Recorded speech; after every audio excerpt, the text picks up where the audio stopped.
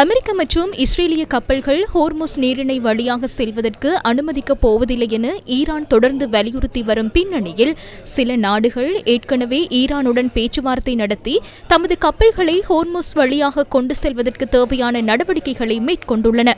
இந்த பின்னணியில் அமெரிக்க ஜனாதிபதி தனது ராணுவ நடவடிக்கைகளுக்கு ஆதரவு அளிக்காத தரப்பினருக்கு நேற்று எச்சரிக்கை விடுத்ததுடன் வெள்ளை மாளிகையில் வைத்து மீண்டும் உலக தலைவர்களிடம் கோரிக்கை ஒன்றையும் முன்வைத்தார்.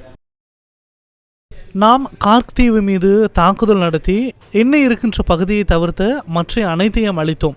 நான் அவற்றை குழாய்கள் என அழைக்கின்றேன். அந்த குழாய்களை நாம் விட்டு வைத்தோம். அவற்றை அளிக்க வேண்டிய அவசியம் எமக்கு இருக்கவில்லை. ஆனால் தேவைப்பட்டால் வெறும் 5 நிமிட அறிவிப்பில் அதனை செய்ய முடியும். அப்போது எல்லாம் முடிந்துவிடும். ஆனால் என்றாவது ஒரு நாள் அந்த நாடு மீண்டும் கட்டியெழுப்பப்பட வேண்டும் என்ற நோக்கில் நாம் செய்த காரியம் சரியானது என்றே நான் நினைக்கின்றேன். ஹோர்முஸ் நீரிணையில் வர்த்தக கப்பல்களுக்கு அச்சுறுத்தலாக இருந்த அவர்களின் 30க்கும் மேற்பட்ட குண்டு வைக்கும் கப்பல்களை அழித்து அவர்கள் மீது கடும் தாக்குதல்களை நடத்தி வருகின்றோம். இந்த நீரிணையில் எம்மை விடவும் அதிகமாக தங்கியிருக்கும் ஏனைய நாடுகளை ஊக்குவிக்க நாம் விரும்புகின்றோம். எமது எண்ணெய் தேவையில் இந்த நீரிணை ஊடாக கிடைப்பது 1% குறைவானதாகும். ஆனால் சில நாடுகள் மிக அதிகமாக பயன்படுத்துகின்றன. ஜப்பான் 95%, சீனா 90%, ஐரோப்பிய நாடுகள் கணிசமான அளவும், தென்கொரியா 35% எரிபொருளை ஹோர்முஸ் நீரிணை ஊடாக பெற்றுக்கொள்கின்றன. எனவே ஹோர்முஸ் நீரிணை விவகாரத்தில் எமக்கு உதவுமாறு நாம் அவர்களிடம் கேட்டுக்கொள்கின்றோம்.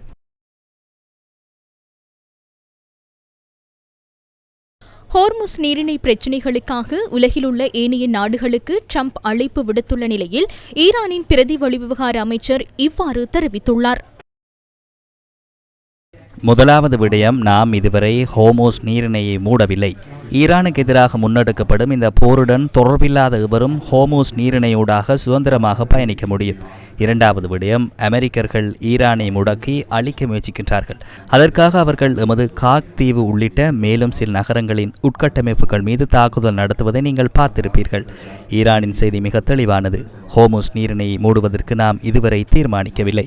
இந்த பிராந்தியத்தின் பாதுகாப்பு அனைவருக்கும் பொதுவானதாக இருக்க வேண்டும். அவ்வாறன்றி ஈரானை முடக்க நினைப்பவர்கள் நிச்சயமாக அதற்கான விலையை செலுத்த நேரிடும்.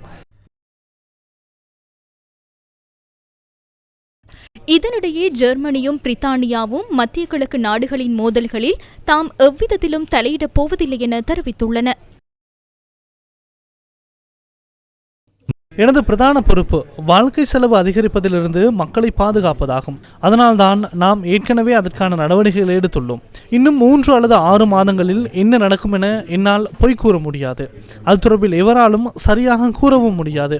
இந்த பிரச்சனைக்கு தீர்வு காண சிறந்த வழி மோதல்களை குறைத்து அமைதியை ஏற்படுத்துவதாகும்.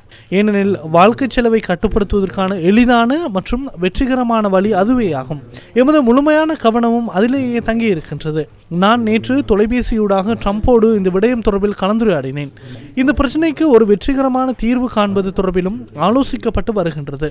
எமக்கு தேவையானது இதற்குள் முடிந்தவரை பல்வேறு தரப்பினரையும் இணைத்துக் கொள்வதாகும். நேட்டோ அமைப்பு தொடர்பாக இந்த தீர்மானத்தையும் எடுத்துள்ளதாகவோ அல்லது ஹோர்முஸ் நீரிணையின் பொறுப்பை ஏற்கும் என்றோ நான் நினைக்கவில்லை. உண்மையில் அவ்வாறான ஒன்று நடப்பதாயின் நேட்டோ அமைப்பு அது தொடர்பில் முறையாக ஆலோசிக்க வேண்டும். முதலாவது விடயம், இஸ்ரேலும் அமெரிக்காவும் ஈரானும் தங்களது இராணுவ இலக்குகளை எப்போது பூர்த்தி செய்ய முடிப்பார்கள் என்பதை நாம் தெரிந்து கொள்ள வேண்டும். அது தொடர்பில் தெளிவான ஒரு கருத்து கிடைத்த பின்னரே எம்மால் அடுத்த கட்டத்திற்கு செல்ல முடியும்.